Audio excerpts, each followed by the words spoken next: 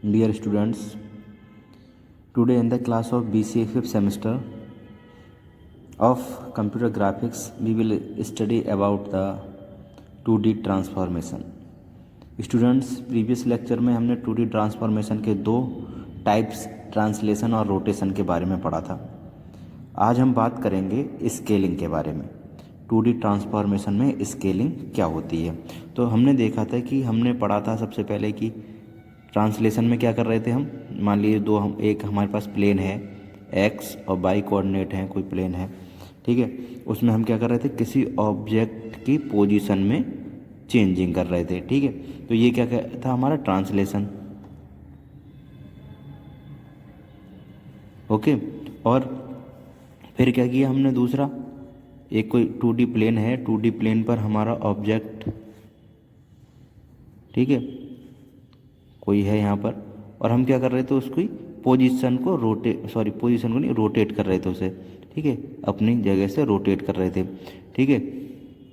तो ये दोनों चीज़ें हम प्रीवियस लेक्चर में पढ़ चुके हैं। और आज हम बात करेंगे स्केलिंग की। स्केलिंग में क्या होता है, स्केलिंग में मान लीजिए हमारे पास कोई 2D प्लेन है, इसके एक्स और वाई कोऑर्डिनेट हैं ये, ठीक है। तो ये भी हमारा एक्स होगा और ये हमारा वाई होगा, ठीक है। तो मान लीजिए कोई ऑब्जेक्ट है हमारे पास, इसका साइज ये है, तो हम अगर उसके साइज को बढ़ाते हैं, स्केलिंग का मतलब है चेंज इन द साइज, ठीक है, change in the size of object, यानी ऑब्जेक्ट के साइज में हम चेंजेस करते हैं, वो स्केलिंग कहलाती है, ठीक है। स्केलिंग क्या है, scaling is the change in size of object, ठीक है। ऑब्जेक्ट के साइज में जब हम चेंज करेंगे उसे स्केलिंग बोलते हैं। वो चेंज हमारा इंक्रीज भी हो सकता है और डिक्रीज भी हो सकता है, ठीक है। चेंज हमारा यानी कि ऑब्जेक्ट हमारा छोटा भी हो सकता है और बड़ा भी हो सकता है, ठीक है। इसको आज हम देखेंगे स्केलिंग में, ठीक है। तो मान लीजिए एक हमारे पास,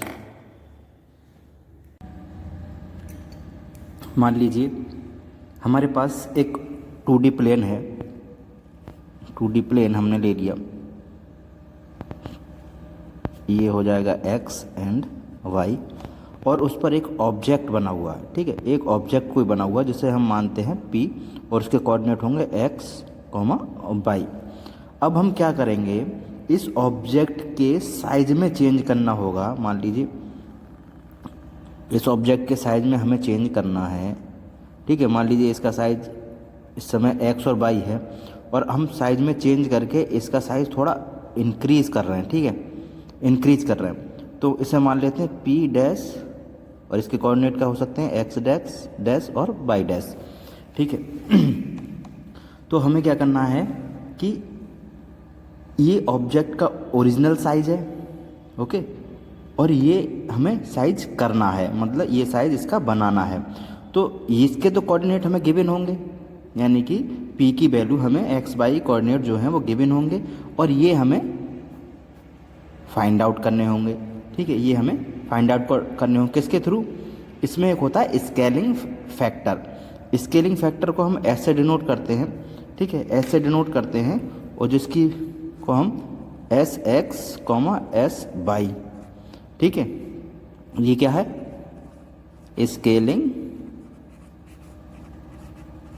फैक्टर, ठीक है। स्केलिंग फैक्टर क्या है, अगर हम कहना चाहें नोट कर लें, स्केलिंग में एक मेन पॉइंट ध्यान रखिएगा कि जो स्केलिंग है, तो scaling does not change in the position of an object, यानी कि किसी भी ऑब्जेक्ट की पोजीशन स्केलिंग में चेंज नहीं होती है, केवल उसका साइज चेंज किया जाता है।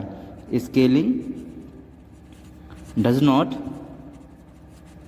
चेंज इन द पोजीशन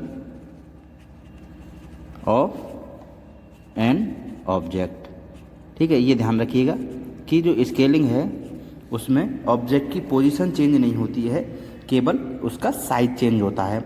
और जब हम बात कर रहे थे अभी हम स्केलिंग फैक्टर की, तो एस क्या है यहाँ पर, एस डिनोट करता है to show the change in size, size में जो चेंज होंगे उसे एस डिनोट करेगा। और एक हमारी वैल्यू है एस एक्स कोऑर्डिनेटर, तो एस एक्स का मतलब है कि for change in x direction, x direction में क्या चेंज हुए हैं। और एस वाई का मतलब है for change in Y direction. ठीक है, ठीक है। तो हमें ये गिवन होंगे p यानी कि एक्स वाई गिवन होगा और एक्स एक्स और एस वाई गिवन होगा, उसके बेस पर हम ये वैल्यू फाइंड करेंगे। मतलब जो ऑब्जेक्ट का साइज बड़ा हुआ है उसकी वैल्यू p डैश यानी एक्स वाई और एक्स डैश सॉरी और वाई डैश को हम फाइंड करेंगे। ठीक है, इसके लिए एक फॉर्मूला है हमारा, इसके लिए एक फॉर्मूला है, आइए देखते हैं। इसके लिए जो फॉर्मूला है वो है X dash equal to X dot S X और Y dash equal to Y dot S Y. तो ये जो फॉर्मूला है इसके थ्रू हम पी डैश को फाइंड करेंगे। अगर हम देखें तो पी डैश को हमने की कोऑर्डिनेट क्या थे, एक्स डैश वाई डैश, तो उसे हम लिख सकते हैं पी डैश। और पी के कोऑर्डिनेट क्या थे, एक्स वाई, तो यहाँ लिख सकते हैं पी। और एक्स एक्स वाई एक्स क्या था, एस। तो हम इसको इस तरीके से भी डिनोट कर सकते हैं, लिख सकते हैं। ठीक है, अगर हम इसकी मैट्रिक्स की बात करें तो इसकी मैट्रिक्स कैसे बनेगी, X comma dash Y dash equal to X Y dot X X 0 0 S Y. ठीक है, इस तरीके से इसकी मैट्रिक्स यानी कि ये जो है इस फॉर्म में भी हम लिख सकते हैं। ओके, तो हमें ये फॉर्मूला याद रखना होगा। ठीक है, जब भी हम स्केलिंग की बात करेंगे तो ये फॉर्मूला हमें याद रखना होगा। ठीक है, यानी कि ऑब्जेक्ट के साइज को जब भी हम बढ़ाएंगे स्केलिंग में तब हमें इस फॉर्मूले की हेल्प लेनी होगी इसकी। ठीक है, तो इसी के हेल्प से हम एक एग्जाम्पल सॉल्व करके देखते हैं। आइए, एग्जाम्पल है, सपोज हमारा एक एग्जाम्पल है, मान लीजिए एक ऑब्जेक्ट है हमारा, ये 2D प्लेन हमें गिवन है। ठीक है, ये x ये y, यहाँ एक ऑब्जेक्ट गिवन है हमारे पास। ठीक है, और उसकी जो कोऑर्डिनेट हैं वो हैं p की वैल्यू क्या है 4,9 ये गिवन है। और इसका साइज हमें बढ़ाना है, यानी कि इसको साइज जो है, इसका साइज जो है हमें वो इंक्रीज़ करना है। तो मान लीजिए इस ऑब्जेक्ट का साइज हमने इंक्रीज़ कर दिया, तो ये हो गया p डैश और इसके x डैश और y डैश, इसके हो गए कोऑर्डिनेट्स। ठीक है, तो हमें क्या करना है, इसे फाइंड करना है। ठीक है, इसे फाइंड करना है। और यहाँ पर जो हमारा स्केलिंग फैक्टर गिवन है, स्केलिंग फैक्टर क्या है, S2,3 ये गिवन स्केलिंग फैक्टर है। Find p dash x dash y dash, ये हमें फाइंड करना है। तो ये हो गया हमारा क्वेश्चन। आइए इसके सॉल्यूशन को देखते हैं। यानी कि जो ओरिजिनल ऑब्जेक्ट है उसका साइज ये है और ये साइज हमें इंक्रीज करके ये प्रूफ मतलब इसके कोऑर्डिनेट हमें फाइंड करने हैं। ठीक है, तो इसका सॉल्यूशन हम देखेंगे।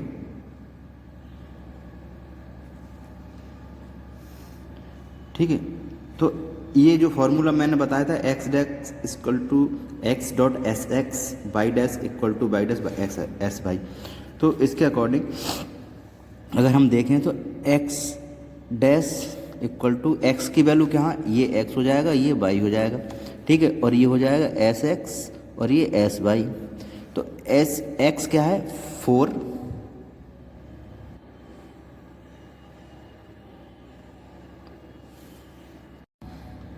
ठीक है। इसके अकॉर्डिंग अगर हम देखेंगे तो x क्या है यहाँ पर 4, x इसके अकॉर्डिंग देखेंगे x डेक्स में फाइंड करना, x क्या है 4 डॉट एस एक्स क्या है 2। ठीक है, तो ये क्या हो जाएगा 8, एस डैश हो जाएगा 8, एंड अगर हम बाई डैश फाइंड करना है तो बाई डॉट एस बाई, ठीक है, और यहाँ पर बाई क्या है 9.3, ओके 9.3, तो ये क्या हो जाएगा बाई डैश 27,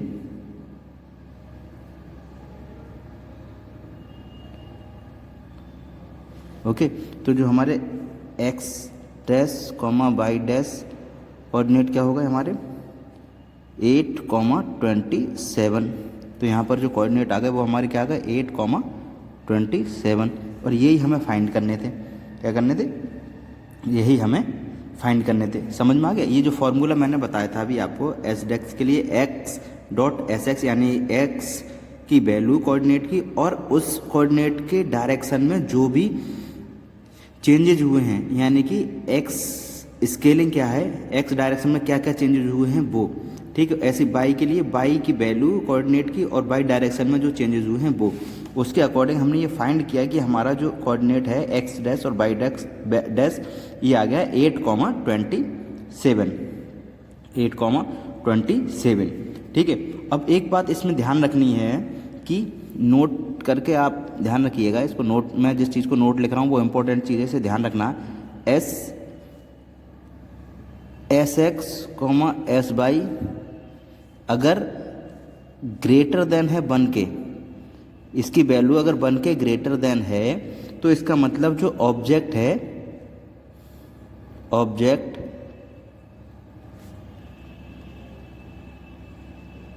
इज इंक्रीजिंग,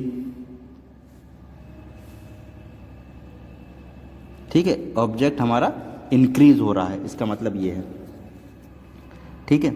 और अगर S X comma S by छोटा है 1 से तो इसका मतलब object being decrease, being decreasing, being decreased, ठीक है, ओके। तो इस तरीके से हम स्केलिंग करते हैं, ठीक है। स्केलिंग का मतलब क्या है? Scaling is the change in the size of the object. तो यही तीनों हमने चीज़ें आज पढ़ ली ट्रांसफॉर्मेशन में, ट्रांसलेशन, रोटेशन एंड स्केलिंग, ठीक है। ये भी हम समझ चुके हैं, ये भी समझ चुके हैं, और ये भी तीन, और कल के टॉपिक में हम आगे पढ़ेंगे शेयरिंग के बारे में, ठीक है। ये भी एक टाइप है 2D ट्रांसफॉर्मेशन का। तो स्टूडेंट्स आज के वीडियो लेक्चर में इतना ही, ओके, थैंक यू।